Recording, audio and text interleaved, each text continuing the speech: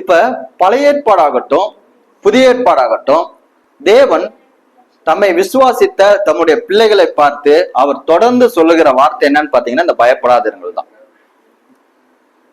நீங்கள் பார்த்தீங்கன்னா விசுவாசத்தினாலே முற்பிதாக்களாக நாம் அறிந்திருக்கிற ஆபிரகாமிடம் ஆதியாகமம் 15 அதிகாரம் 1ஆம் வசனத்திலே தேவன் சொல்லுகிறார், பயப்படாதே, நான் உன்னோடு கூட இருக்கிறேன் என்று சொல்லுகிறதை பார்க்க முடியும். ஆதியாகமம் 26:24 ஈசாக்கிடம் தேவன் சொல்லுகிறார், பயப்படாதே என்று. ஆதியாகமம் 46:3ஆம் வசனத்திலே யாக்கோபிடம் சொல்லுகிறார், பயப்படாதே என்று. பயப்படாதே என்று எங்கெல்லாம் சொல்லுகிறாரோ அங்கெல்லாம் நான் உன்னோட கூட இருக்கிறேன் என்று சொல்லுகிறார். அப்ப பயப்படாமல் அவருடைய நுகத்தை ஏற்றுக்கொண்டு நீங்கள் பூமியில பயணிக்கும் போது யார் உங்களோட கூட இருக்கிறார்? தேவனும் தேவனுடைய வார்த்தையும் தேவ ஆவியானவரும் உங்களோட கூட இருக்கிறார். கிறிஸ்துவின் நுகத்தை நீங்கள் ஏற்றுக்கொண்டு நடத்தும் போது அதை தந்த கிறிஸ்துவனுடைய நுகத்தை உங்களுக்கு வார்த்தைகள் மூலமாக வெளிப்படுத்தின தேவன் உங்களோட கூட இருக்கிறார் என்று நீங்கள் செயல்படும் போது நீங்கள் பயமற்றவர்களாக நீங்கள் பயணிக்க முடியும். தேவன் இல்லாத ஒரு பயணமாக அது இருக்குமானால் கண்டிப்பாக நீங்க எப்படிதான் இருப்பீங்க? பயப்படக்கூடியவர்களாக தான் இருப்பீங்க. அப்ப பழைய ஏற்பாட்டினுடைய பரிசுத்தவான்களாக இருக்கக்கூடிய ஆபிரகாமிடம், ஈசாக்கிடம், யாக்கோபிடம் சொன்ன அதே தேவன் மோசேயினுடைய பெற்றோர்களை குறித்து நம்ம எபிரேயர் 11ஆம் அதிகாரம் 23ஆம் வசனத்துல பார்க்கிறோம். மோசேயினுடைய பெற்றோர் விசுவாசத்தினாலே அவர்கள் ராஜாவுக்கு பயப்படவில்லை என்று பார்க்கிறோம். மோசேயை பார்க்கிறோம், மோசே விசுவாசத்தினாலே ராஜாவுடைய கோபத்துக்கு பயப்படவில்லை என்று எபிரேயர் 11:27 பார்க்கிறோம். யாத்ராகமம் 14:13 பயப்படாமல் விசுவாசத்தினாலே நடந்த மோசே இஸ்ரவேல் ஜனங்களை பார்த்து சொல்லுகிறார், பயப்படாதிருங்கள் என்று. அப்ப தேவன் முற்பிதாக்களிடம் சொன்னார், பயப்படாதே என்று, நான் உன்னோட கூட இருக்கிறேன் என்று. விசுவாசத்தினாலே மோசேயினுடைய பெற்றோர்கள் பயப்படாமல் ராஜாவுடைய வார்த்தைக்கு பயப்படாமல் இருந்தார்கள். விசுவாசத்தினாலே மோசேயும் ராஜாவுடைய கோபத்துக்கு பயப்படாதவராக இருந்தார். 10 வாதைகளினாலே எகிப்தினுடைய தேவர்களை தேவன் நியாயம் தீர்த்து இஸ்ரவேல் ஜனங்களுக்கு மீட்பை உண்டாக்கின போது அந்த மீட்பை பெற்ற மீட்பனாக தலைவனாக ஏற்படுத்தப்பட்ட மோசே அந்த மீட்பை பெற்ற இஸ்ரவேல் ஜனங்களை பார்த்து சொல்லுகிறான், என்னன்னு சொல்லுகிறான்? பயப்படாதீர்கள் என்று. இதே வார்த்தைகளை தான் இயேசு கிறிஸ்து தம்முடைய சீடர்களை பார்த்து சொல்லுகிறார், என்ன சொல்லுகிறாருங்க? பயப்படாதீர்கள் என்று. அப்ப ஒரு விசுவாசம் உள்ளவர்கள் தேவனை உடையவர்களாக இருக்கிறார்கள், தேவனை உடையவர்கள் பயப்படாதவர்களாக இருக்கிறாங்க. கரெக்டுங்களா? தேவனுடைய வார்த்தையை கேட்கறதுனாலே உங்களுக்கு விசுவாசம் வருகிறது. விசுவாசம் உடையவர்களாக நீங்கள் இருக்கும் போது பரிசுத்த ஆவியை பெற்று அவருடைய சரீரமாகிய சபையில இணைக்கப்படுகிறீர்கள். சரீரமாகிய சபையில இணைக்கப்பட்டு நீங்கள் வானத்திலும் பூமியிலும் அதிகாரம் பெற்ற கிறிஸ்துவனுடைய ஊழியத்தை நீங்கள் பூமியில செய்யும் போது பிறர்களை சீசர்களாக்கி அவர்களுக்கு ஞானஸ்தானம் கொடுத்து தொடர்ந்து கர்த்தருடைய வழியிலே நடத்துற அந்த ஊழிய பயணத்திலே உங்களோட கூட அந்த நுகத்தை சுமப்பதற்கு சரியான கூட்டாளியை தேவன் ஏற்படுத்தி கொடுத்து நீங்கள் அந்த பயணத்தில பயணிக்கும் போது நீங்கள் நன்மை செய்து ஒரு ஆபத்துக்கும் பயப்படாமல் தேவனோட கூட நடக்கிறவங்களா இருப்பீங்க. அப்ப பாடு, உபத்திரவம், துன்பம் உங்களுக்கு பயத்தை கொண்டு வருமா? நீங்கள் மனிதர்களாக இருப்பதனாலே இயல்பாக அதை பார்க்கும் போது உங்களுக்கு என்ன வரலாம்? பயம் வரலாம். ஆனா உங்களுடைய தேவனுடைய வார்த்தை உங்களுக்கு அறிவிக்கிறது, நீங்கள் பயப்படாதிருங்கள் என்று. நானும் உங்களை பார்த்து அறிவிக்கிறேன், நீங்கள் பயப்படாதிருங்கள். நீங்கள் விசுவாசியாக இருப்பீர்களானால், விசுவாசத்தினாலே தேவன் உங்களோட கூட இருப்பாரானால், தேவனுடைய வார்த்தை உங்களோட கூட இருக்குமானால், கிறிஸ்துவனுடைய நுகத்தை ஏற்றுக்கொண்டு அவரிடம் கற்றுக்கொண்டு ஆத்மாவிலே இளைப்பாறுதல் பெற்று நீங்கள் அவரோட கூட நடப்பவர்களாக இருப்பீர்களானால் உங்கள் பயணத்திலே நீங்கள் படும் பாடுகளும் துன்பங்களும் உபத்திரவங்களும் வரும்போது நீங்கள் அதற்கு பயப்படாதீர்கள் என்று நானும் உங்களை பார்த்து சொல்கிறேன். அப்ப பயப்படாமல் ஒரே மனதுடன், ஒரே சிந்தையுடன், ஒரே நோக்கத்துடன், ஒரே திசையில், ஒரே பாதையில் உங்கள் கூட்டாளியோட கூட நீங்கள் இணைவாய் நீங்கள் நடக்கும்போது அது நித்திய தேவனோட கூட உங்களை அந்த பயணம் என்ன பண்ணுங்க, கொண்டு போய் சேர்க்கக்கூடியதாக இருக்கிறது. நீங்கள் அவரை விசுவாசிப்பதனாலே அதுக்கு பலனாக நீங்கள் நித்திய ஜீவனை அவரிடத்துல இருந்து என்ன பண்ண போறீங்க? பெற்றுக்கொள்ள போறீங்க. அப்ப நித்தியத்தை குறித்ததான அறிவை உடைய நீங்கள், நித்திய ஜீவனை தேவனிடத்திலிருந்து பெற்ற நீங்கள், சரீரத்தை மாத்திரம் கொல்ல வல்ல மனிதர்களுக்கு பயப்படுவீங்களா? கிறிஸ்துவனுடைய நுகத்தை ஏற்றுக்கொண்டிருக்கிற நீங்கள், கிறிஸ்துவனிடம் கற்றுக்கொண்டிருக்கிற நீங்கள், கிறிஸ்துவனுடைய நுகத்தை ஏற்றுக்கொண்டு நீங்கள் அவரை குறித்து அறிவிக்கிற பணியில செயல்படும் போது வருகிற பாடு, உபத்திரம், துன்பங்களினாலே பயப்படுகிறவர்களா இருப்பீங்களா? ஆபிரகாமிடம் சொன்ன, ஈசாக்கிடம் சொன்ன, யாக்கோபிடம் சொன்ன, தம்முடைய பரிசுத்தவான்களிடம் சொன்ன தேவனுடைய வார்த்தை உங்களிடமும் அறிவிக்கப்படுகிறது. உங்களை பார்த்து நானும் சொல்லுகிறேன், பயப்படாதீர்கள் என்று. இயேசு கிறிஸ்து தம்முடைய சீடர்களை பார்த்து என்ன சொன்னாருங்க? பயப்படாதீர்கள் என்று சொன்னார். நீங்கள் மனிதர்களை பார்த்து பயப்படாதீங்க, சூழ்நிலைகளை பார்த்து பயப்படாதீங்க. கிறிஸ்துவனுடைய நுகத்தை ஏற்றுக்கொண்டிருக்கீங்களா? உங்களுடைய கூட்டாளியோட கூட சேர்ந்து கிறிஸ்துவனுடைய சித்தத்தை பூமியில செய்வதற்கு கிறிஸ்துவோட கூட இசைந்து ஒரே சரீரமாய் கிறிஸ்துவை தலையாக கொண்டு நீங்கள் பயணியுங்கள்.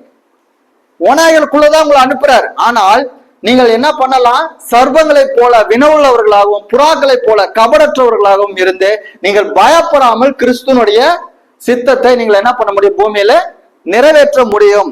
அப்ப பயப்படாதீர்கள் என்று இயேசு கிறிஸ்து தம்முடைய சீடர்களுக்கு கற்றுக் கொடுத்தார். அவரிடம் இருந்து கற்றுக்கொண்ட சீடர்களும் தம்முடைய கிறிஸ்துவனுடைய சரீரமாகிய சபையை பார்த்து அவர்களும் என்ன பண்ணாங்க? பயப்படாதீர்கள் என்றுதான் அவங்களும் என்ன பண்ணாங்க? கற்றுக் கொடுத்தாங்க என்று பார்க்கிறோம். அப்ப பயப்படாமல் இருந்த பழைய ஏற்பாட்டினுடைய அநேக பரிசுத்தவான்களை குறித்து பார்க்கிறோம். புதிய ஏற்பாட்டுல நாம் புறஜாதிகளுக்கு அப்போஸ்தலனா இருக்கிற பவுலை குறித்து சில காரியங்களை என்ன பண்ணலாம்? நாம் கவனிக்கிறோம். அப்ப புதிய ஏற்பாட்டிலே பவுல் தன்னுடைய நித்திய பயணத்திலே அவர் நன்மை செய்கிறவராய் சுற்றி திரிந்தார் என்று பார்க்கிறோம். இயேசு கிறிஸ்து பூமியில இருக்கும்போது என்ன பண்ணாரு? அவரும் நன்மை செய்கிறவராய், அப்போஸ்தலர் 10:38 வாசிக்கிறோம், அவர் நன்மை செய்கிறவராய் தம் பிதாவினுடைய வல்லமையினாலே அவர் என்ன பண்ணுகிறார்? சொஸ்தமாக்குகிறவராய், குணமாக்குகிறவராய் சுற்றி திரிந்தார் என்று வாசிக்கிறோம். அதே போல கிறிஸ்துவனுடைய வார்த்தையை தமஸ்கு வீதியில கேட்டு இவரே கிறிஸ்து என்று அறிவிக்க பவுலும் பயப்படாமல் தன்னுடைய நித்திய பயணத்தை நன்மை செய்கிறவராய் ஆரம்பித்து சுற்றி திரிந்தார். அவருடைய பயணத்திலே அப்போஸ்தலர் 18:21-24 நீங்கள் பார்க்கும்போது எபேசு பட்டணத்திலிருந்து செசரியாக்கு போறார். செசரியால இருந்து ஜெருசலேமுக்கு போகிறார். ஜெருசலேம்ல இருந்து அந்தியோகியாக்கு போய் அந்தியோகியால இருந்து கலாத்தியாக்கு வந்து, கலாத்தியால இருந்து பிரிகியாக்கு வந்து, பிரிகியா நாட்டிலே சுற்றி திரிந்து சீசர்களை அவர் என்ன பண்ணினார்? திடப்படுத்தினார் என்று பார்க்கிறோம். முதல்ல சுவிசேஷத்தை அறிவிக்கிறதுக்கு என்ன பண்ணணும்? நீங்கள் அவருடைய நுகத்தை ஏற்றுக்கொண்டு நீங்கள் புறப்பட்டு போகிறவர்களாக இருக்கணும். அந்த பயணத்துல உங்களுக்கு என்ன நடக்கும்? பாடு, உபத்திரம், துன்பம் வரும். அதிலும் அது கிறிஸ்துவனுடைய நுகமாக கிறிஸ்துவோட கூட நீங்கள் அந்த பயணத்தை மேற்கொள்ளும் போது அது உங்களுக்கு மெதுவானதாகவும் இலகுவானதாக அமையும். அப்ப சுவிசேஷத்தை அறிவித்து ஒருவர் ரட்சிக்கப்பட்டு மனம் திரும்பி சீசர்களாகி அவர்கள் ஞானஸ்தானம் பெற்று தொடர்ந்து அவருடைய உபதேசங்களை நிலைத்திருக்கும் போது அவர்களுக்கு உலகத்தினாலையும் உலகத்தினுடைய எதிராளியாக இருக்கக்கூடிய பிசாசினாலையும் அவர்களுக்கு என்ன வரலாம்? பிரச்சனைகள் வரலாம், சோர்வுகள் வரலாம், பலவீனங்கள் வரலாம். அவர்கள் பயப்படுறதுக்கு வாய்ப்பு இருக்கு. அப்படிப்பட்டவர்களை அப்போஸ்தலர் 18:21-24 பார்க்கிறோம். சுற்றி பவுல் இந்த நான் சொன்ன எல்லா பகுதிகளிலும் பட்டணங்களிலும் நாட்டிலும் அவர் சுற்றி திரிந்து சீசர்கள் எல்லாரையும் அவர் என்ன பண்ணினார்? திடப்படுத்தினார் என்று பார்க்கிறோம். அப்ப சுவிசேஷத்தை அறிவிப்பது முக்கியம். சுவிசேஷம் கேட்டு ஒருவர் சீசர் ஆனதுக்கு அப்புறம் அவர்கள் திடப்படுத்துறது முக்கியம். எப்படி திடப்படுத்துவீங்க? உங்களுடைய எதிராளி யாருன்னு தெரிஞ்சுன்னா, உங்களோட கூட இருக்கிறவர் யாருன்னு தெரிஞ்சிச்சுன்னா நீங்கள் தைரியமாக திடமாக செயல்பட முடியும். கரெக்டுங்களா? உங்களோட கூட இருக்கிற ஆண்டவரை நீங்க அறிந்திருக்கிறீங்க. உங்களுடைய எதிராளி யாருன்னு தெரியும். எதிராளி யாரு? எதிராளியும் சுற்றி திரியிறான். 1 பேதுரு 5:6-9 வரைக்கும் வாசிக்கும் போது உங்கள் எதிராளியான பிசாசானவன் கெர்ச்சிக்கிற சிங்கம் போல் எவனை விழுங்கலாம் என்று வகை தேடி சுற்றி திரிகிறான். விசுவாசத்திலே உறுதியா இருந்து அவனுக்கு எதிர்த்து நில்லுங்கள் என்று பார்க்கிறோம். அப்ப உங்களுடைய எதிராளி யாரை விழுங்கலாம்னு சுற்றி திரிகிறான். அப்ப நீங்கள் எதுக்காக சுற்றி திரியணும்? சீசர்களை பயப்படாமல் திடன் கொண்டு இருப்பதற்கு நீங்கள் சுற்றி திரிகளாக இருக்கணும். சீசர்கள் ஆக்கருக்கும் சுற்றி திரியணும். சீசர்கள் ஆனவர்களை தொடர்ந்து விசுவாசத்துல நிலைத்திருப்பதற்கு நீங்க என்ன பண்ணுங்க? சுற்றி திரிகிறவர்களாக இருக்கணும். நாம் எதுக்கு சுற்றவர்களா இருக்கிறோம்? அப்ப கிறிஸ்துவனுடைய நுகம் அவர் நன்மை செய்கிறவராய் சுற்றி திரிந்தார். அவருடைய வார்த்தைகளை ஏற்றுக்கொண்ட அப்போஸ்தலர்களும் நன்மை செய்கிறவர்களாக சுற்றி திரிந்தார்கள். அவரை விசுவாசிக்கிற நாமும் கிறிஸ்துவனுடைய நுகத்தை ஏற்றுக்கொண்டு நடக்கிறவர்களாக இருப்போமானால் நாம் உலகத்துக்குரிய காரியங்களுக்காக சுற்றி திரியவர்களாக இல்லாமல் கிறிஸ்துவனுடைய அந்த பணியை செய்கிறவர்களாக, சுவிசேஷத்தை அறிவிக்கிறவர்களாக, சீசர்களை உருவாக்குறவர்களாக சுற்றி திரியணும். அப்படி நீங்கள் சுற்றி திரியும் போது உங்களுக்கு பாடுகள், உபத்திரவங்கள், துன்பங்கள் வரும். துன்பங்கள் வருவது மத்தியிலும் நீங்கள் என்ன பண்ணணுங்க? பயப்படாதவர்களாக இருக்கணும். கரெக்டுங்களா? அப்ப சீசர்களை திடப்படுத்துறதுக்கும் சுவிசேஷத்தை அறிவித்து மனம் திரும்புதலை சுவிசேஷமாக அறிவிப்பதற்கும் நாம என்ன பண்றோம்? சுற்றி தெரிகிறோம். இப்படி மனம் திரும்பினவர்களையும் சீசர்களாக இருக்கிறவர்களையும் யாரை விளங்கலாம் என்று சுற்றி திரிகிற நம்மளுடைய எதிராளி ஒருத்தர் இருக்கிறான். அப்ப கர்ஜிக்கிற சிங்கரம் போல சுற்றி திரிகிற அவனிடமிருந்து அவருடைய வார்த்தைகளை விசுவாசித்து நிலைத்திருக்கிற விசுவாசிகளையும் சீசர்களையும் திடப்படுத்த வேண்டியது யாருடைய பொறுப்பு? மூப்பர்களாக, தலைவர்களாக இருக்கக்கூடிய ஒவ்வொருவர்களுடைய பொறுப்பு. அவர்களுக்கு அந்த பாரம் வேணும். அப்படிப்பட்ட பாரம் இருந்து நீங்கள் போய் அந்த காரியங்களை செய்யும் போது நீங்கள் பயப்படாதவர்களாக கிறிஸ்துவோட கூட இணைந்து அந்த ஊழியத்தை செய்ய முடியும். கிறிஸ்துவ இப்ப எப்படி நம்ம கிறிஸ்துவோட கூட இணைந்து கிறிஸ்துவனுடைய நுகத்தை ஏற்றுக்கொண்டு பயப்படாமல் கிறிஸ்துவை விசுவாசிக்கிற அந்த செய்தி அறிவிக்கவும் விசுவாசித்தவர்களை சீசர்களாக தொடர்ந்து நிலைத்திருக்கிற வேலையை நம்ம செய்யறோம். ஆனா பிசாசானவன் யாரை விழுங்கலாம் என்று அவன் என்ன பண்ணுகிறான்? அவன் வகை தேடி சுற்றி தெரிந்து கொண்டு இருக்கிறான். இப்ப அவனுடைய கூட்டாளிகள் இருப்பாங்கல்ல, அவங்க என்ன பண்ணுவாங்க? மத்தேயு 23:15 பார்க்கிறோம். வேத பாரகரும் பரிசேயரும் சமுத்திரத்தையும் பூமியையும் சுற்றி திரிந்து அவர்களுடைய மார்க்கத்தார்கள் ஆகும்படி அவர்கள் செய்து அவர்களை இரட்டிப்பான நரகத்தின் மகனாக்குகிறார்கள் என்று பார்க்கிறோம். புரியுதுங்களா? அப்ப இன்றைக்கும் இன்னைக்கு வேதப்பாரர்கள் பரிசேயர்கள் எப்படி சமுத்திரத்தையும் பூமியையும் சுற்றி திரிந்து அவர்களிடம் வருகிறவர்களை இரட்டிப்பினுடைய நரகத்தின் மகனாக்குகிறார்களோ அதே போல இன்றைக்கு அநேக ஊழியர்களும் என்ன பண்றாங்க? அவர்கள் குருடரான வழிகாட்டிகளாக இருந்து கிரியினாலே அவர்களை நீதிமான்கள் ஆக்க முயற்சி செய்து தேவன் சொல்லாத விஷயங்களை தேவன் சொன்ன விதமாக செய்ய சொல்லி அவர்களை தங்களுடைய மார்க்கங்களுக்கு அழைத்து அவர்களையும் என்ன பண்றாங்க?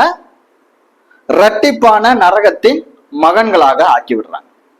அப்ப கிறிஸ்துவை விசுவாசித்து கிறிஸ்துவை ஏற்றுக்கொண்டு கிறிஸ்துவனுடைய நுகத்தை சுமக்கிற இளைப்பாறுதல் பெற்று அவரோடு கூட அவரிடம் கற்றுக்கொண்டு நடக்கிற உங்களுக்கு வேலை பாவி மனம் திரும்ப வைப்பதும் மனம் திரும்பவும் தொடர்ந்து விசுவாசத்துல நிலைத்திருக்கிறதும் உங்களுக்கு கொடுக்கப்பட்ட வேலையாக இருக்கு. அதே சமயம் இந்த உலகத்துக்கு உங்களுக்கும் தேவனுக்கும் எதிராளியா இருக்கக்கூடிய பிசாசானமும் பிசாசனுடைய கூட்டாளிகளும் யாரை விழுங்கலாம் என்றும் யாரை நரகத்தின் மகன்கள் ஆக்கலாம் என்றும் அதுக்காக அவங்க சுற்றி தெரிஞ்சிட்டு இருக்காங்க. புரியுதுங்களா? ரெண்டு பேருடைய பயணமும் வேற. விசுவாசி அவனுடைய நித்திய பயணத்தில் இருக்கான். அவிசுவாசி தேவனுடைய நித்திய ஆக்கினைக்கு நேராக அவன் போய்கிட்டு இருக்கான். அப்ப நித்திய ஆக்கினைக்குள்ளாக இருக்கக்கூடிய அவிசுவாசியும் நித்திய ஜீவனுக்குள்ளாக இருக்கிற ஒரு விசுவாசியும் இருவரும் ஒரு நுகத்தில் பிணைக்கப்பட்டு அவர்கள் ஒன்றாய் இசைந்து ஒரே சரீரமாக அவர்கள் என்ன பண்ண முடியாது? இசைவாய் பயணிக்க இயலாது. அப்ப உங்களுடைய பயணம் யாருடன் இருக்கிறது என்பதை நீங்கள் தீர்மானம் செய்யணும். அப்ப பவுல் தன்னுடைய நித்திய பயணத்திலே அவர் நன்மை செய்கிறவராய் சுற்றி திரிந்தார். அவர் சுற்றி திரிந்த பகுதிகளிலே சீசர்களை அவர் என்ன பண்ணினார்? திடப்படுத்தினார் என்று பார்க்கிறோம். பவுலை குறித்து பவுலுக்கு வந்த காரியங்களை குறித்து பவுலே 2 கொரிந்தியர் 11 23 வரைக்கும் அவர் சொல்லுகிறதை பார்க்கிறோம். என்ன சொல்றாருங்க? அவர் கிறிஸ்துவை வழியாக கொண்டு விசுவாசத்துக்கு நேராக ஜனங்களை வழி நடத்தின பவுல், நித்திய பயணத்தில் இருக்கக்கூடிய பவுல், கிறிஸ்துவ நிமித்தமாய் நன்மை செய்ய அவர் சுற்றி திரிந்த பவுல் தனக்கு நேர்ந்த காரியங்களை குறித்து இங்க சுட்டி காண்பிக்கிறத பார்க்கிறோம். பவுல் அதிகமாய் அடிப்பட்டவன் என்று தன்னை சொல்லுகிறார். பவுல் காவல்களிலே வைக்கப்பட்டுகிறதை பற்றி சொல்கிறார். அவர் அநேக தரம் மரண அவதியில் அகப்பட்டதை சொல்லுகிறதை பார்க்கிறோம்.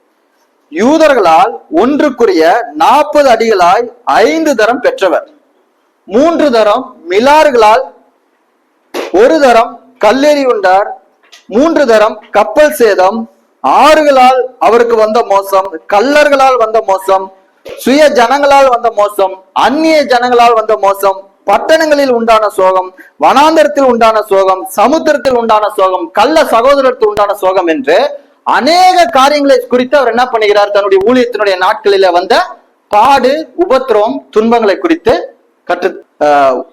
2 கொரிந்தியர்ல கொரிந்து சபைக்கு அவர் சொல்லுகிறதை பார்க்க.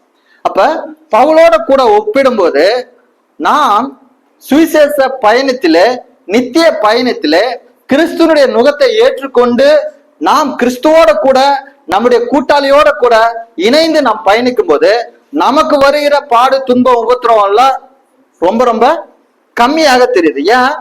பவுல் அதிகமாக என்ன பண்ணிருக்கிறாருங்க? அதிகமாக அவர் பிரயாசப்பட்டு, அதிகமாக நன்மை செய்து, அதிகமாக சுற்றி திரிந்தவர். அதுக்கேற்ற விதமாக அநேக அடிகள் பட்டு, அநேக முறை காவல்களில் வைக்கப்பட்டு, அநேக தரம் மரண அவதிப்பட்டவராக இருக்கிறார். அப்ப கிறிஸ்துவனுடைய நுகத்தை ஏற்று நீங்கள் நடக்கும்போது பூமியில உங்களுக்கு பாடு, உபத்திரவம், துன்பங்கள் உண்டு. சரிங்களா? அந்த 2 கொரிந்தியர் 11 தனக்கு நேர்ந்த அந்த துயரங்களை பத்தி, துன்பங்களை பத்தி, பாடுகளை பத்தி பேசுகிற அதே பவுல் 2 கொரிந்தியர் 1 வசனங்கள் 7 வரைக்கும் நீங்கள் பார்க்கும்போது இப்படியாக சொல்லுகிறார்: கிறிஸ்துவனுடைய பாடுகள் எங்களிடத்தில் பெருகுகிறது. நீங்கள் வாசிங்களா 5 வரைக்கும். 2 கொரிந்தியர் 1 வரைக்கும் வாசிங்க. கிறிஸ்துவினுடைய பாடுகள் எங்களிடத்தில் பெருகுகிறது போல கிறிஸ்துவினாலே எங்களுக்கு ஆறுதலும் பெருகுகிறது. அப்ப பாடுகள் பெருகினால் என்ன பெருகும்? ஆறுதலும் பெருகுகிறது. யாருனால அந்த பாடுகள் வந்தா யாருடைய ஆறுதல் கிடைக்கும்? கிறிஸ்துவனுடைய பாடுகள் உங்களிடத்தில் பெருகினால் கிறிஸ்துவனுடைய ஆறுதலும் உங்ககிட்ட பெருகும். பாடு, துன்பம், உபத்திரவங்கள் கிறிஸ்துவ நிமித்தமாக வந்திருந்தால் கிறிஸ்துவனுடைய ஆறுதலும் உங்களிடம் இருக்கிறது. அடுத்து வாசிங்க. ஆதலால் நாங்கள் உபத்திரவப்பட்டாலும் அது உங்கள் ஆறுதலுக்கும் ரட்சிப்புக்கும் ஏதுவாகும். அப்ப அவர் சுவிசேஷம் அறிவிக்கிறது நிமித்தமாய், அவர் சீசர்களை திடப்படுத்துகிறது நிமித்தமாய் உபத்திரவப்பட்டாலும் அது யாருக்கு ஆறுதலும் ரட்சிப்பு உண்டாக்கிறது? மற்றவர்களுக்கு ஆறுதலும் ரட்சிப்புக்கும் ஏதுவாக இருக்கிறது. நாங்கள் ஆறுதல் அடைந்தாலும் அதுவும் ஆறுதலும் ரட்சிப்புக்கும் ஏதுவாகிறது. நாங்கள் பாடுபடுகிறது போல நீங்களும் பாடுபட்டு சகிக்கிறதுனாலே அந்த ரட்சிப்பு பலன் செய்கிறது. நீங்கள் எங்களோட கூட பாடுபடுகிறது போல எங்களோட கூட ஆறுதலும் அடைகிறீர்கள் என்று நாங்கள் அறிந்து உங்களை குறித்து உறுதியான நம்பிக்கை உள்ளவர்களாய் இருக்கிறோம் என்று சொல்லுகிறதை பாரு. அப்ப கிறிஸ்துவனுடைய பாடுகள் உங்களிடம் பெருகுமானால் கிறிஸ்துவனுடைய ஆறுதலும் உங்களிடம் பெருகும். கிறிஸ்துவனுடைய பாடுகள் உங்களிடம் பெருகவில்லை என்றால் கிறிஸ்துவனுடைய ஆறுதல் உங்களிடம் பெருகாது. நீங்கள் பாடுகளிலே போய் ஆறுதலை பெற்றுக் கொண்டிருக்கிற ஒரு நபராக இருக்கிறீர்களா? பாடுகளே இல்லாமல் ஆறுதல் அற்ற ஒரு நபராக இருக்கீங்களா? நீங்க எப்படிப்பட்ட நபரா இருக்கீங்க?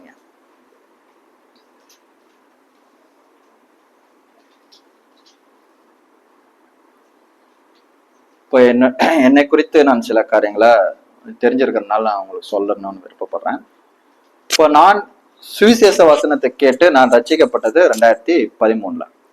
நான் ரட்சிக்கப்பட்ட அப்போதிலிருந்தே கிறிஸ்துவை தனிப்பட்ட நபர்களிடம் அறிவிக்கிற ஒரு சகோதரனாக ஒரு விசுவாசியாக தான் நான் இருந்தேன். தொடர்ந்து தனிப்பட்ட நபர்களிடம் பேச நான் ஆரம்பித்து, அதுக்கப்புறம் எங்களை சார்ந்த சகோதரர்களிடம், சகோதரர்களுடைய குடும்பங்களிடம் அப்படி ஆரம்பித்தோம். அதுக்கப்புறம் ஒரு சில ஆண்டுகளுக்கு பின்பு கிறிஸ்தவ மக்கள் கூட்டத்திடம் பேச ஆரம்பித்தோம். அதுக்கப்புறம் இப்ப இந்த தொழில்நுட்பங்களை பயன்படுத்தி இப்ப நம்ம எங்க பேசுறோம்? முதல்ல தனிப்பட்ட நபர்கிட்ட பேசணும், அப்புறம் தனிப்பட்ட நபர்களுடைய குடும்பங்களிடம் பேசணும், தனிப்பட்ட மக்கள் கூட்டத்திடம் பேசணும். இப்ப நாம் உலக மக்களிடம் பேசிக்கொண்டே இருக்கிறோம். இப்ப இதுக்கு சில ஆண்டுகள் கடந்து போனது. இந்த சில ஆண்டுகளிலே பல அனுபவங்கள் எனக்கு உண்டு. எனக்கு தெரியும், நான் வழக்கமா எனக்கு தெரிஞ்ச என்னுடைய முதல் சுவிசேஷ பயணம் 2014 நினைக்கிறேன். 2014 நைட்டு 10 மணி குன்னூர் அருவங்காட்டுல இருந்து அங்க குன்னூர்ல இருந்து அங்கிருந்து ஒரு 5 கிலோமீட்டர் 6 கிலோமீட்டர் அந்த சிஎம்எஸ் ஸ்தாபனத்துக்கு நாங்க கடந்து செல்றோம். நாங்க அந்த வீட்டுக்குள்ள பிரவேசிக்கும் போது நைட்டு 12 மணி. எங்களை உள்ள அலோவ் பண்றதுக்கு அவங்க யோசிச்சாங்க, 12 மணிக்கு வந்தா யாராவது அலோவ் பண்ணுவாங்களா, ஒரு ஃபேமிலி அலோவ் பண்ணுவாங்களா? அவங்க வந்து கிறிஸ்தவ குடும்பம், எங்களை பத்தி தெரியாது, எங்களுடைய விசுவாசத்தை பத்தி தெரியாது, எங்களுடைய நடவடிக்கைகளை பார்க்கல. நாங்க வாலிபர்களாக இருக்கும் போது அது அநேக சேட்டைகள் செய்து அநேக அவப்பெயர்களை கொண்ட ஒரு நபர்களாக நாங்க இருந்தோம். எங்கள் மீது நம்பிக்கை இல்லை, ஒரு நல்ல அபிப்பிராயம் இல்லை. ஒரு 12 மணிக்கு போய் உட்கார்ந்து பேசும்போது எனக்கு கைகாலெல்லாம் நடுகுது, குளிர் தாங்க முடியல. பேச ஆரம்பிச்சோம். இப்போ நைட்டு ஒரு 2-3 மணி இருக்கும்னு நினைக்கிறேன். எங்களுக்கு தூங்குறதுக்கு கூட அந்த டைம்ல கொஞ்சம் தூங்க ஒதுக்குறதுக்கு கூட இடம் ஒதுக்குறதுக்கு கூட சிரமமாக தான் இருந்துச்சு. நாங்கள் பேசும்போது அந்த கணவன் மனைவியா 2 பேர் பேசினாங்க. அந்த டைம்ல கர்த்தரை பத்தி நாங்கள் கர்த்தருடைய வார்த்தைகளை பத்தி பேசும்போது அவ்வளோ ஆர்வமா கேட்டாங்க. அதுக்கப்புறம் 2017 நினைக்கிறேன், இப்ப இருக்கிற அதே கூடலூர் பகுதி நம்ம சகோதரர் சுதாகர் அவர் குடும்பத்திடம் இதே மாதிரி இரவுல 10 மணில இருந்து நைட் 2 மணி 3 மணி இப்படிதான். அப்ப என்னுடைய பிரயாணம் கோயம்புத்தூர்ல இருந்து சின்ன அளவுல திருப்பூர், அந்த சர்க்கிள்ல கோயம்புத்தூர் திருப்பூர் இருந்துச்சு. திருப்பூர்ல இருந்து அப்புறம் நீலகிரி மாவட்டம் அப்படி ஓரளவுக்கு விருந்துச்சு. அதுக்கப்புறம் எங்களுடைய ஆன்லைன் அந்த சகோதர சிநேகத்து நிமித்தமாக கன்னியாகுமரி சென்னைன்னு விரும்புச்சு. இப்ப நாம சில ஐக்கியங்கள் கூட நம்ம ஒழுங்குமுறைனால இப்ப அது தமிழ்நாட்டு வட்டாரத்தை தாண்டி இந்தியாவிலையும் உலகம் முழுவதும் இப்ப நமக்கு என்ன பண்றாங்க, ஏதோ ஒரு வகையில தொடர்பு இருக்காங்க. ஐக்கியம்லாம் நமக்கு கிடைக்கும்னு எனக்கு நான் ரட்சிக்கப்பட்ட புதுசுல எனக்கு தெரியாது. ஆனா இன்னைக்கு அநேக சகோதர சகோதரிகள் அநேக பகுதிகளில் இருந்து நாம் பட்ட பிரயாசங்களினாலே அதே சமயம் வந்த நமக்கு பலவீனங்கள் இருக்கு, சோர்வுகள் இருக்கு, துன்பங்கள் இருக்கு, பண பற்றாக்குறைகள் இருக்கு, சரியான தேவைகள், நமக்கு தேவைகள் அதிகமா இருக்கு. இதன் மத்தியிலும் ஆண்டவரையும் ஆண்டவருடைய வார்த்தையும் சரியான விதத்துல பகிர்ந்ததுனால நம்மளுடைய குடும்பம் ஒரு சின்ன ஒரு குறுகிய வட்டத்துல இருந்து இப்ப எங்க போயிருக்குதுங்க, உலகம் முழுவதும் நமக்கு கர்த்தருடைய பிள்ளைங்க நம்ம விசாரிக்கிறவர்களாகவும் நம்மை அறிந்தவர்களாகவும் இருக்கிறாங்க. நாமும் அவர்களோட ஐக்கியப்பட்டிருக்கனால நாமும் அவர்களோட கூட ஐக்கியத்துல இருக்கிறவங்களாக இருக்கிறோம். ஓகேங்களா? இப்ப இந்த நிமித்தமாக இருக்கக்கூடிய பாடு உபத்திரம் துன்பம் எனக்கு நடந்திருக்கு. வழக்கமா பாத்தீங்கன்னா ஒரு சபையில இருந்து ஒரு சீசர்களை உருவாக்கி அவர்களை தான் என்ன பண்ணுங்க, ஊழியங்களுக்கு அனுப்பணும். ஆனா நம்மளுடைய கலாச்சாரங்கள்ல நாம் கலந்து கொள்கிற ஐக்கியங்கள்ல கூடியல்ல சபைகள் என்ன பண்றது இல்ல, அந்த காரியங்களை உற்சாகப்படுத்துறது இல்ல, அப்படி பண்றது இல்ல. அப்ப என்ன பண்ணுவோம், நாங்க பிரயாணப்பட்டு போகும்போது எங்களோட கூட வரவங்களை கூட போகக்கூடாதுன்னு தடுப்பாங்க. நாங்க போயிட்டு வந்தாங்க கூட எங்க போயிட்டு வந்தீங்க, எப்படி போயிட்டு வந்தீங்க கூட விசாரிக்க மாட்டாங்க. இந்த மாதிரி சூழ்நிலைகள்ல நாங்க ஹில் ஸ்டேஷன், நான் இங்க இருந்து கூடலூர் 2014 இருந்து கிட்டத்தட்ட 10 ஆண்டுகளாக நான் கூடலூருக்கு என் வண்டி வாங்கினதுல இருந்து ஏறுறதும் இறங்குறதுமா இருக்கிறேன். 10 ஆண்டுகள்ல எங்களுடைய பிரதேசத்துல எல்லா சூழ்நிலைகளும் வரும். என்னெல்லாம் வரும்? வெயில் அடிக்கும், பனியும் பெய்யும், மழையும் பெய்யும், காட்டு விலங்குகள் தொந்தரவும் இருக்கு, இருட்டு பிரச்சனையும் இருக்கு, வண்டியும் எனக்கு தகராறு பண்ணும், எனக்கும் பலவீனங்கள் இருக்கு. இதன் மத்தியிலையும் 10 ஆண்டுகளாக நான் கர்த்தருடைய வார்த்தையை நான் அறிவிக்கிற ஒரு சகோதரனாக நான் இருக்கிறேன். ஆனா எனக்கு இப்போ வரைக்கும் உற்சாகம் குறையவே இல்லை. இப்ப நேற்றும் கூட வருவதற்கு ஏதுவான சூழ்நிலை எனக்கு இல்லை. சின்ன சின்ன பொருள் தான் வாங்கிட்டு வர சொன்னாங்க, காசு இல்லை. பெட்ரோல் போடுறதுக்கு காசு கம்மியா தான் இருந்துச்சு, பொருள் வாங்குறதுக்கு காசு இல்லை. ஆனா என்ன ஒரு ஆர்வம், நம்ம போகணும், பார்க்கணும், ஆண்டவர் குறித்து அறிவிக்கணும் அப்படிங்கிற ஒரு உற்சாகம் தொடர்ந்து தேவனுடைய வார்த்தையினாலே நம்ம உற்சாகப்படுகிறதுனால அதை அறிவிக்கிற ஒரு சகோதரனாக தான் நாம இங்க வரோம், அறிவிக்கிறோம். அதுக்கப்புறம் இந்த அறிவிச்ச சந்தோஷத்துலயே அங்க போய் சேர்ந்துருவோம். வர்றது 6 மணி நேரமோ என்ன பேச போறேங்கிறது யோசிச்சுட்டு வருவேன். பேசி முடிச்சுட்டு போயிற 6 மணி நேரமோ ஓகே நான் நல்ல விஷயமா சொல்லி இருக்கிறான்னு ஒரு சந்தோஷத்தோட போவேன். இப்படிதான் என்னுடைய பிரயாணங்களும் என்னுடைய ஊழியங்களும் தொடர்ந்து நடந்துட்டு இருக்கு. அப்ப பவுலோட கூட ஒப்பிடும் போது நம்மளுடைய காரியங்கள்லாம் ஒன்றுமே இல்லை. இயேசு கிறிஸ்துவோட ஒப்பிடும் போது, பழைய ஏற்பாட்டினுடைய பரிசுத்தவான்களோட ஒப்பிடும் போது நம்மளோடது அவர்களோட கூட சின்ன விஷயத்திலும் கூட அவங்களோட கம்பேர் பண்ண முடியாத அளவுக்கு குறைவான காரியங்கள் தான். ஆனா ரட்சிக்கப்பட்ட பழைய ஏற்பாட்டினுடைய விசுவாசியா இருந்தாலும், ரட்சிக்கப்பட்ட புதிய ஏற்பாட்டினுடைய விசுவாசியா இருந்தாலும் எல்லாரும் ஒரே நகரத்துக்கு தான் பயணிக்கிறாங்க, ஒரே வீட்டுக்கு தான் போறாங்க. அவர்கள் அனைவருக்கும் அந்த குடும்பத்துக்கு ஒரே தேவனாக, நித்திய தேவனாக, மெய்யான தேவனாக இந்த வேதாந்தனுடைய தேவன் தாங்க இருக்கிறாரு. அந்த தேவனை விசுவாசித்து அந்த தேவனுடைய வார்த்தைகளை அறிவிப்பதற்கு அந்த தேவனோட கூட நாம் நடக்கிறவர்களாக இருக்கணும். அப்படி நீங்க நடக்கிறவர்களாக இருந்தீங்கன்னா உங்களை பார்த்து ஆண்டவர் வேத வசனத்தின்படி சொன்ன அதே வார்த்தையை நானும் உங்களுடன் சொல்கிறேன், பயப்படாதிருங்கள் என்று உங்களை பார்த்து சொல்லுகிறேன். ஓகே, கலாத்தியர் 6ஆம் அதிகாரம் வசனங்கள் 8-9 பாருங்க. கலாத்தியர் 6ஆம் அதிகாரம் வசனங்கள் 8-9.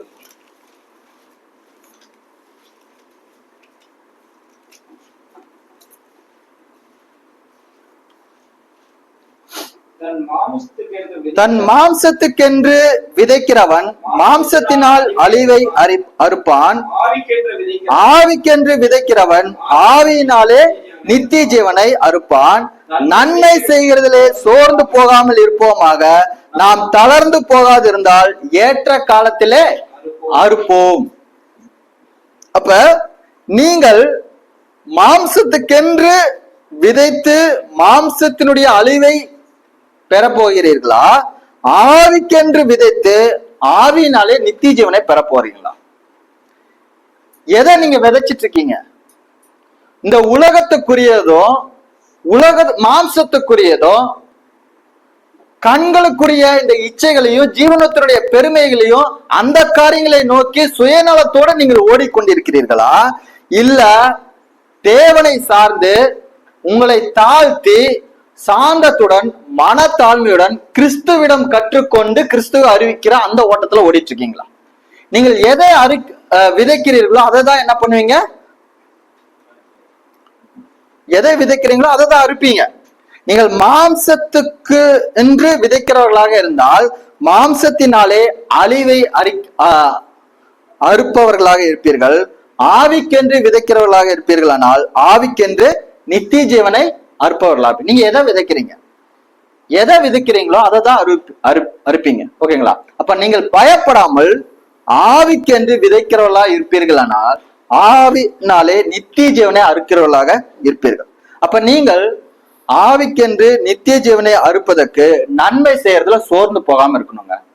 நன்மை செய்யறவர்களாக சுற்றி திரியணும். நன்மை செய்யறதுல சோர்ந்து போகாமல் தளர்ந்து போகாமல் இருக்க வேண்டும். கரெக்டுங்களா? அப்ப நீங்கள் சோர்ந்து போகாமல் தளர்ந்து போகாமல் தொடர்ந்து நன்மை செய்கிற கிறிஸ்துவை போல, தொடர்ந்து நன்மை செய்கிற பவுலை போல நீங்களும் பூமியிலே ஜீவிப்பதற்கு ஆவியினாலே நீங்கள் விதைத்து நித்திய ஜீவனை பெற்ற ஒருவரோடு கூட கிறிஸ்துவனுடைய நுகத்தை ஏற்றுக்கொண்டு நடப்பீர்களானால் நீங்கள் என்ன பண்ணலாம்? சோர்ந்து போகாமல் தளர்ந்து போகாமல் நீங்கள் நடக்கக்கூடியவர்களாக இருக்கலாம்.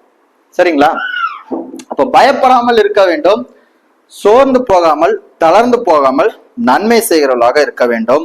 2 தீமோத்தேயு 3:12 இப்படியே வாசிக்கிறோம், கிறிஸ்து இயேசுவுக்குள் தேவ பக்தியாய் நடக்க மனதாய் இருக்கிற யாவரும் துன்பப்படுவார்கள். அப்ப தேவ பக்தியாய் நடக்க இருக்கிறவர்கள், நடக்க மனதாய் இருக்கிறவர்களே அவன் என்ன பண்ணுவாங்க? துன்பப்படுவாங்க. அப்ப மனதாய் இருக்கிறவங்களே துன்பப்படுறாங்கன்னா நடக்கிறவங்க எவ்வளவு துன்பப்படுவாங்க? அப்ப துன்பம், பாடு, உபத்திரவம் உங்களிடம் பெருகும் போது கிறிஸ்துவனிடம் இருக்கிற ஆறுதலும் உங்களுக்கு பெருகும். சரிங்களா? அப்ப நன்மை செய்கிறவர்களாய் நீங்கள் சுவிசேஷத்தை அறிவிக்க, சீசர்களை திடப்படுத்த, ஏழைகளுக்கும் திக்கற்றவர்களுக்கும் பரிசுத்தவான்களுக்கும் உதவி செய்கிறவர்களாக நீங்கள் தொடர்ந்து பயணிக்கும் போது அந்த பயணத்திலே கிறிஸ்து உங்களோட கூட இருக்கிறார். கிறிஸ்துவனுடைய நுகத்தை ஏற்றுக்கொண்டு கிறிஸ்துவனிடம் கற்றுக்கொண்டு நீங்கள் பயணிக்கும் போது அவருடைய நுகம் உங்களுக்கு மெதுவானதாயும் அவருடைய சுமை உங்களுக்கு இலகுவானதாயும் இருக்கும். உங்களுடைய நித்திய பயணத்திலே, நித்தியத்திலிருந்து நீங்கள் பூமியை பார்த்து, நித்திய தேவனுடைய பார்வையிலே நீங்கள் பூமியை பார்த்து பரலோக வாசிகளாக நீங்கள் பூமியிலே ஜீவிப்பீர்கள். அப்படி நீங்கள் ஜீவிக்கும் போது பயப்படாதவர்களாக ஜீவிப்பீங்க. கரெக்டுங்களா? நித்திய வாசியாக, பரலோக வாசியாக, பரலோகத்தினுடைய தேவனுடைய பார்வையில நீங்கள் பூமியை பார்க்கும் போது உங்களுக்கு பிரச்சனை எப்படி இருக்கும்? உங்களுடைய பாடுகள் எப்படி இருக்கும்? உங்களுடைய துன்பங்கள் எப்படி இருக்கும்? உங்களுடைய உபத்திரங்கள் எப்படி இருக்கும்? அவருக்கும் அவருடைய பரிசுத்தவான்களுக்கும் என்ன நிகழ்ந்துச்சோ அதே தான் உங்களுக்கும் நடக்கும். அதை குறித்து தேவன் எச்சரிப்பு கொடுத்து அவருடைய வார்த்தைகளை குறித்து அவர் உங்களோட கூட இருக்கிறாங்கிற அந்த நம்பிக்கை கொடுத்திருக்கிறாரு. அவர் உங்களோட கூட இருக்கும் போது நீங்க எப்படி பயப்பட முடியும்? தேவன் உங்களோட கூட இருந்தாருன்னா உங்களால் பயப்பட முடியுமா? பயப்படாது இருங்கள் என்று சொன்ன அவருடைய வார்த்தை உங்களுக்கு நினைப்பூட்டுதலாக இருக்கும். நீங்கள் எந்த ஒரு விஷயத்தையும் பூமியிலே செய்யும் போது பயமற்றவர்களாக செய்வீர்கள். பயமற்று செய்யும் போது அவருடைய நுகம் மெதுவானதாயும் அவருடைய சுமை இலகுவானதாயும் உங்களுக்கு இருக்கும். ஒருவேளை பழைய ஏற்பாட்டினுடைய பரிசுத்தவான்கள் அவர்கள் பெற்ற தீர்க்க தரிசனங்களையும் அவர்கள் பெற்ற வாக்கு தத்தங்களையும் தூரத்திலே பார்த்து அதை கண்ணோக்கி அதை எதிர்பார்த்து தங்களை பூமியிலே அந்நியர்கள் பரதேசிகளாக அறிக்கையிட்டு அவர்கள் என்ன பண்ணார்கள்? மரித்தார்கள். இப்ப அவர்கள் எங்க இருக்கிறாங்க? தேவனோட கூட இருக்கிறாங்க. இப்ப புதிய ஏற்பாட்டினுடைய பரிசுத்தவான்கள் என்ன பண்றாங்க? கிறிஸ்துவனுடைய சரீரமாகிய சபையிலே ஒரே ஆவியினாலே அவர்கள் இணைக்கப்பட்டு அவர்கள் ஒரே சரீரமாக இசைவாக இசைந்து ஒரே பாதையில் பயணித்து கிறிஸ்துவனுடைய ரட்சிப்பினுடைய சுவிசேஷத்தை சமாதானமாக ஜனங்களுக்கு அறிவித்து அவர்களை சீசர்களாக்கி அவர்களுக்கு ஞானஸ்தானம் கொடுத்து தொடர்ந்து அவருடைய வார்த்தையில நிலைத்திருக்க அவர்களை உற்சாகப்படுத்தும் போது இவர்களும் எதை நோக்கி பயணிக்கிறார்கள்? எப்படி பழைய ஏற்பாட்டினுடைய பரிசுத்தவான்கள் அவர்கள் பூமியில அந்நியர்களும் பரதேசிகளுமாக அறிக்கையிட்டு நித்தியமாக இருக்கக்கூடிய நித்திய வாக்கு தத்துவத்தையும் நித்திய தேவனை நோக்கி அவர்களுடைய பயணம் இருந்ததோ நம்முடைய பயணமும் அப்படிதாங்க இருக்கும். நாமளும் நித்திய வார்த்தைகளை மனிதர்களிடம் அறிவித்து நித்திய தேவனோடு கூட நித்திய பயணத்துல இருக்கிறோம். நம்முடைய பயணமும் எங்கதான் போய் சேரும்? தேவனிடத்துல போய் சேரும். நாம் அப்பொழுது பழைய ஏற்பாட்டினுடைய பரிசுத்தவான்களாக இருந்தாலும் புதிய ஏற்பாட்டினுடைய பரிசுத்தவான்களாக இருந்தாலும் நாம் அனைவரும் கிறிஸ்துவின் நிமித்தமாக ஒரே ஆவியினாலே நம்ம என்ன பண்றோங்க? பரிசுத்தவான்களோட ஒரே நகரத்தாரும் ஒரே வீட்டாருமாக இருப்போம். நம்முடைய வீட்டினுடைய தலைவராக யார் இருப்பா? தேவன் இருப்பார். அப்ப உங்களுடைய அந்த நித்திய நகரத்துக்கான பயணத்திலே, உங்களுடைய நித்திய வீட்டுக்கான பயணத்திலே, நித்திய தேவனை நோக்கியதான பயணத்திலே நீங்கள் உங்களை போன்றதான இன்னொரு விசுவாசியோடு கூட இசைந்து கிறிஸ்துவனுடைய நுகத்தை ஏற்று நீங்கள் பயணிக்கும் போது கிறிஸ்துவும் கிறிஸ்துவனுடைய வார்த்தையும் உங்களோட கூட இருப்பதனால், அவர் உங்களுக்கு தந்த ஆவியானவர் உங்களோட கூட இருப்பதனால் அவருடைய நுகம் உங்களுக்கு மெதுவானதாயும் அவருடைய சுமை உங்களுக்கு இலகுவானதாயும் இருக்கும். விசுவாசத்தினாலே நீங்களும் பயப்படாமல் நன்மை செய்கிறவர்களாக சுற்றி திரிந்து சோர்ந்து போகாமல் தளராமல் கிறிஸ்துவனுடைய பணியை, உங்களுடைய நித்திய பயணத்தை பரலோகவாசியாக பூமியிலே நீங்கள் சிறப்பாக என்ன பண்ண முடியுங்க? நிறைவேற்ற முடியும். அப்ப உங்களுடைய பயணம் எப்படிப்பட்டதாக இருக்கிறது? உங்களுடைய பயணம் கிறிஸ்துவோடு இருக்கிறதா? இல்ல இந்த உங்களுக்கு எதிராளியாக இருக்கக்கூடிய பிசாசோடும் பிசாசனுடைய கூட்டாளிகளோடும் இருக்கிறதா?